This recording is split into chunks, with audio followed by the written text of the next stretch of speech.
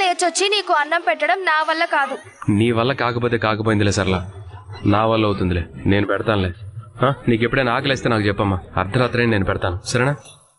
అర్ధరాత్రి ఆకలి వేయదులే మామయ్య.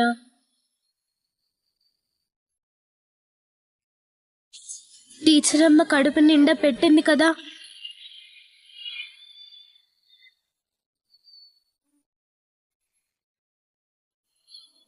సర్లా, కొంచెం వడ్డించుకొని తిను.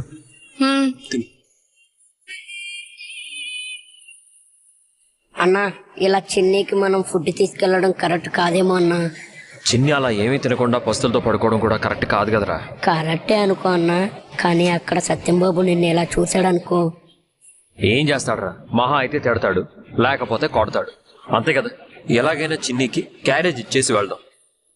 అది కాదన్నా, నా మాట వినన్నా ఒక్కసారి.